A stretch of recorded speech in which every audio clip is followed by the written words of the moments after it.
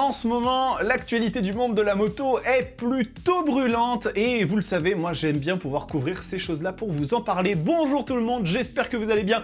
On se retrouve dans un nouvel épisode de Moto Bistro. C'est indiqué juste en haut, votre format dédié à l'actualité du monde de la moto, traité avec le plus de sérieux possible, mais aussi un petit peu d'humour, c'est important. Si vous ne me connaissez pas, ma chaîne consiste notamment, et pas que, à faire des essais de moto. Donc si vous cherchez une machine, vous êtes curieux, vous devriez pouvoir trouver votre bonheur dessus. Et puis je fais également des tops, de la vulgarisation et bien ces formats de news d'actualité Moto Bistro. Aujourd'hui, au menu, nous allons avoir quelques petites choses assez intéressantes. On va parler notamment du contrôle technique, puisque ce dernier a engendré pas mal de manifestations le week-end dernier, notamment sur Paris, où on a eu des milliers et des milliers de motards qui sont montés au créneau pour parler un petit peu de cette on va dire réforme qui est en train de faire un petit peu bouger les choses et pas dans le bon sens. On va parler aussi des tests qui ont été parus déjà de la toute nouvelle MV Agusta Enduro Veloce,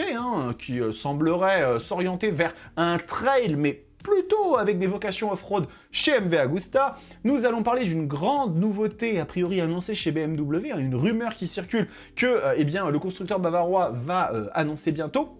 On parlera aussi de Tuono et de RSV4 édition spéciale et peut-être d'une rivale à la Goldwing qui viendrait de la Chine. Si ce n'est pas encore fait, je vais vous demander de vous abonner à cette chaîne si vous voulez soutenir mon travail et de me laisser un petit like, c'est super important. Et si vous voulez aller un petit peu plus loin dans le soutien, vous avez le statut Roadstars qui est un petit abonnement qui vous donne accès à des avantages spécifiques.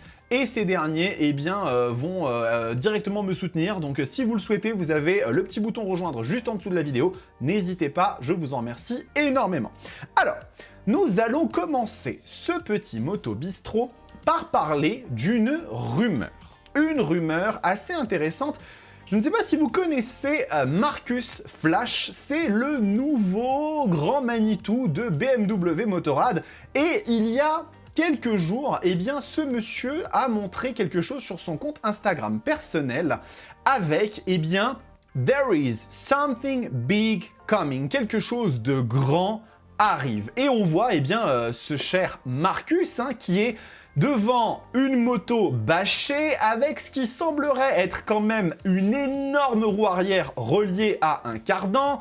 Et c'est tout ce qu'on sait pour le moment. Mais, nos amis de chez Caradisiac ont un petit peu analysé la chose et je m'en vais tout de suite vous montrer ce qu'ils ont écrit.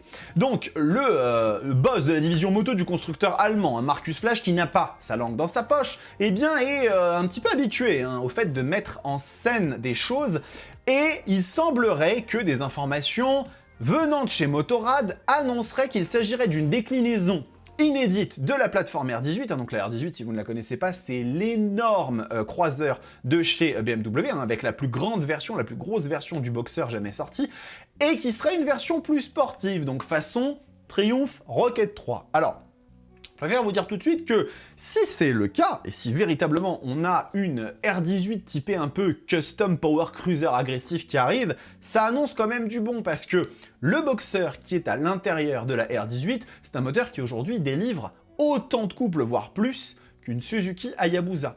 Autant vous dire que c'est pas non plus un petit truc.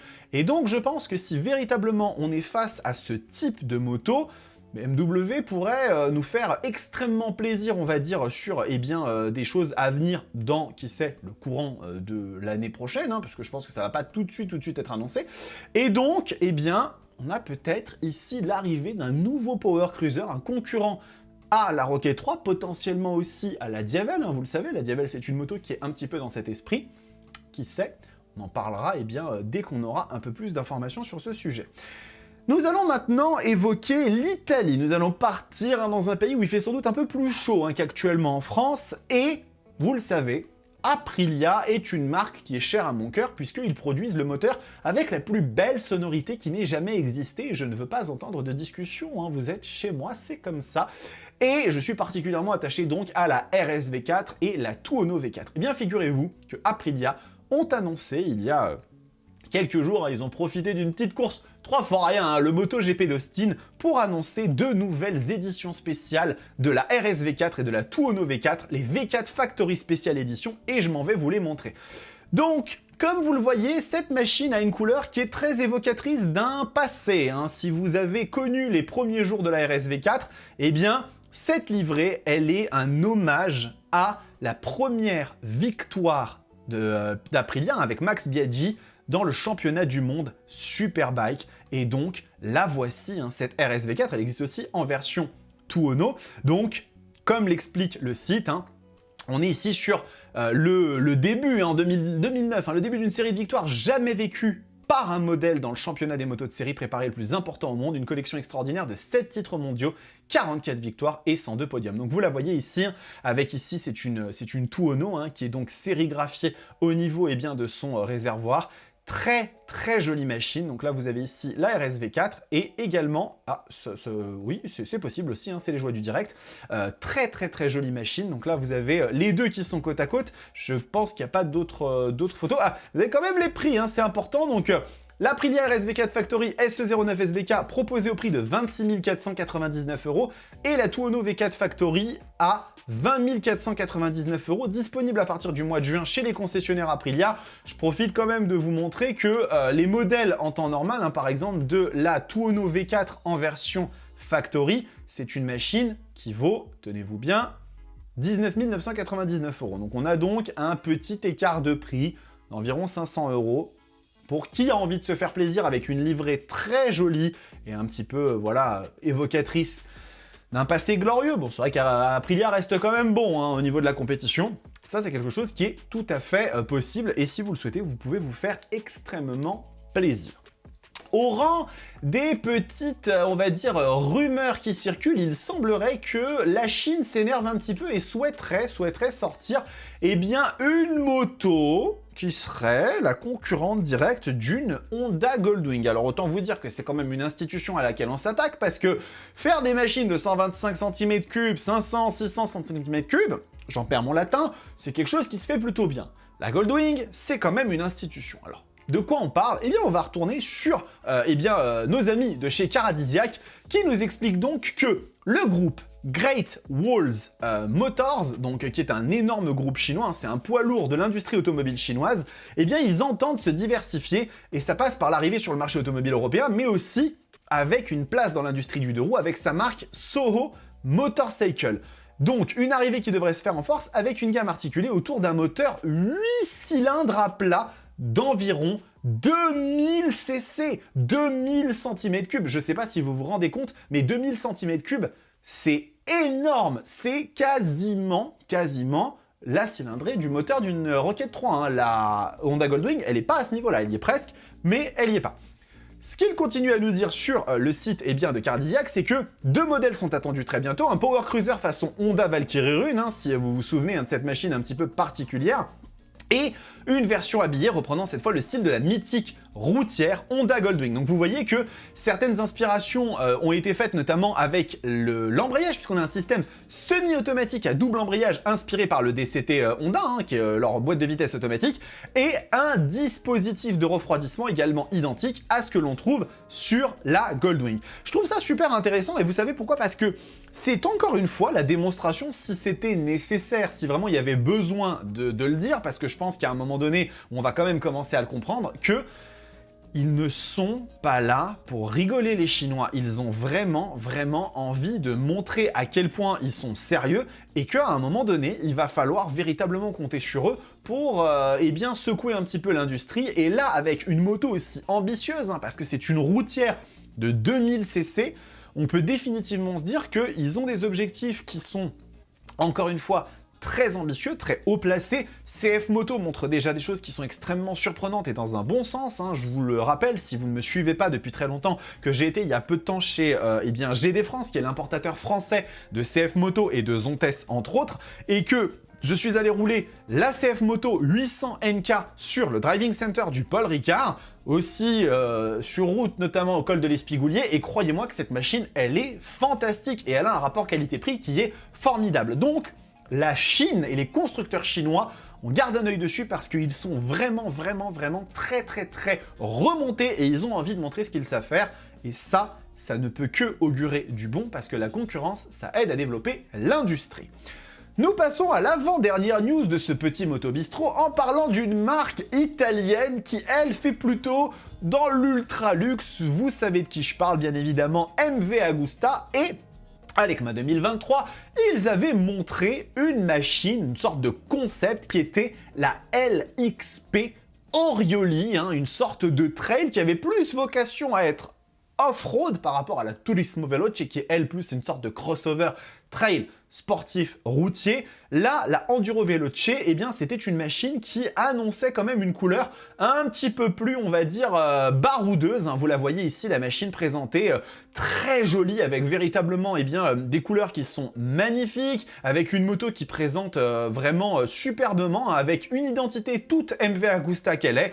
On a bien évidemment un petit côté Lucky Explorer qui ressort, qui fait penser à ces machines de rallye des années 80-90, avec des caractéristiques intéressantes, notamment 124 chevaux sur un moteur 3 cylindres, qui est quelque chose qui se retrouve quasiment uniquement chez Triumph. Et il faut savoir bien que cette machine, elle a été essayée par plusieurs confrères. Moi, je n'ai pas été convié pour une fois, mais en même temps, on va quand même pas m'inviter à chaque fois parce que sinon, ça va commencer à faire beaucoup. Et donc, eh bien, on va reprendre par exemple ici le retour du repère des motards qui donc ont été invités. Et donc, qui nous explique que cette machine est déjà d'une part très bien finie, très jolie, donc ça c'est plutôt une bonne chose, et qu'on est sur une moto qui a priori semble raté, on va dire, sur la perspective, parce que 124 chevaux, 245 kg tout plein fait, 22 600 €.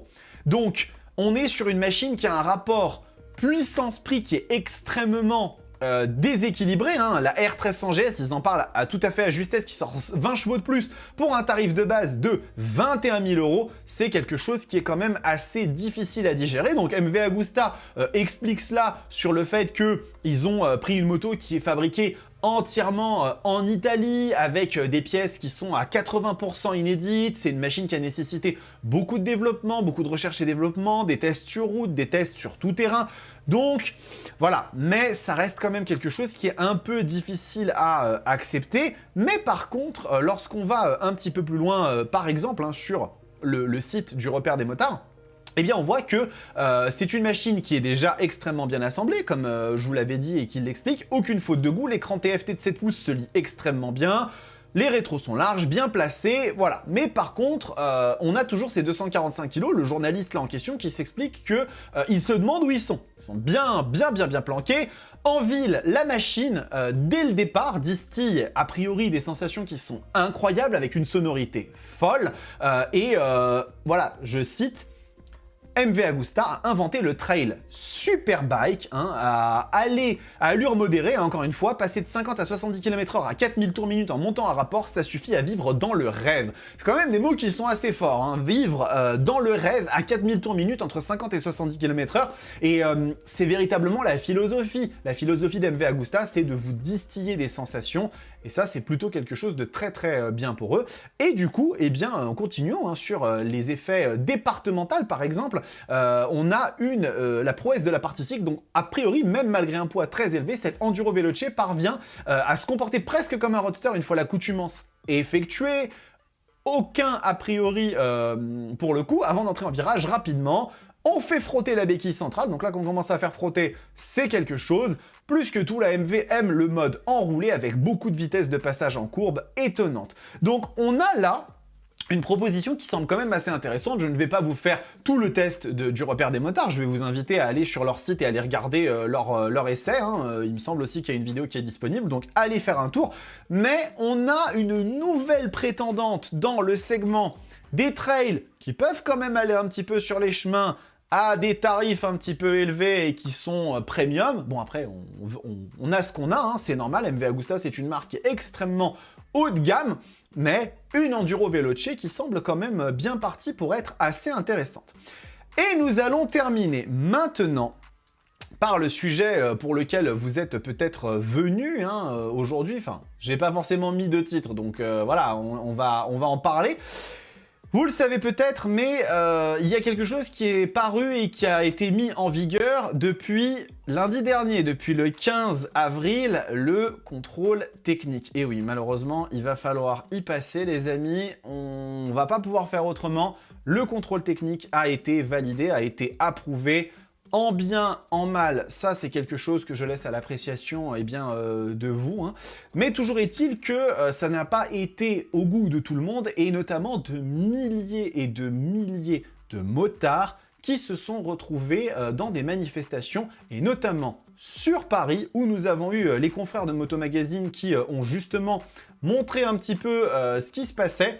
Et donc, comme vous pouvez le voir, on est sur quelque chose d'assez impressionnant puisque, regardez, et je vais avancer un tout petit peu sur la vidéo, vous voyez, il y a des milliers et des milliers de motards qui ont été réunis. On a eu des blocages, notamment du périphérique, avec cette volonté de dire que on est contre ce contrôle technique, tout du moins dans la façon comme il a été mis en place, hein, puisque aujourd'hui, on le sait, hein, ce contrôle technique, il est entre les mains de centres dans lesquels les formations n'ont peut-être pas été les plus adaptées, dans lesquels il y a des procédures qui ont l'air un peu étranges. D'ailleurs, je vous invite à regarder sur la chaîne YouTube de Moto Magazine. Ils ont parler notamment de choses qu'ils ont fait, de protocoles qu'ils ont fait, où ils ont contacté des centres de contrôle technique pour leur demander, par exemple, moi j'ai une moto qui a des pneus tubeless en temps normal, enfin des pneus à chambre à air, pardon, et si je veux mettre des pneus tubeless parce qu'aujourd'hui les grands manufacturiers ne proposent plus les pneus avec chambre à air, comment on fait? Ils ont contacté plusieurs centres de contrôle technique et ils ont eu des réponses différentes à chaque fois. Ou alors des tests de freinage par exemple, où la moto elle est montée sur une béquille avant, ils font tourner la roue à la main et ils freinent, et si la roue s'arrête, c'est que la moto freine. Je pense qu'on est quand même encore sur des choses qui sont très approximatives et absolument pas représentatives d'une réalité de sécurité pour les motards et pour le but pour lequel ce contrôle technique a été évoqué. Donc, effectivement, voilà, on va suivre ça de près. Toujours est-il qu'aujourd'hui, si vous possédez une moto, et a fortiori une moto qui a été immatriculée avant 2017, vous avez soit jusqu'à fin août, soit jusqu'à fin décembre, selon la date anniversaire, pour faire votre contrôle technique. Et je vous invite très fortement, si c'est le cas, à me dire dans les commentaires comment ça s'est passé. Est-ce que votre machine est passée sans aucun problème? Est-ce que vous avez eu des défaillances majeures, des défaillances critiques qui ont été recensées? Parce que ça, c'est quelque chose qui est véritablement très important. Hein. Aujourd'hui, peut-être que on se fait tout un foin, mais on est sur quelque chose qui n'est pas du tout punitif, qui n'est pas du tout extrêmement exigeant. Mais dans ce cas de figure, on peut se demander à quoi bon. Ça, je vous laisse à votre appréciation. Ce petit Moto Bistro est terminé, j'espère qu'il vous a plu, hein. C'est extrêmement important, n'oubliez pas de laisser un petit like si la vidéo vous plaît et à vous abonner à la chaîne, hein. C'est quelque chose qui me soutient énormément. Et écoutez, je vous dis à très bientôt, je vous invite à aller regarder les autres vidéos de la chaîne, on a des Moto Bistro, mais on a aussi des petits essais qui sont parus récemment avec des choses assez intéressantes. Et en attendant, prenez soin de vous, kiffez vos bécanes, ciao.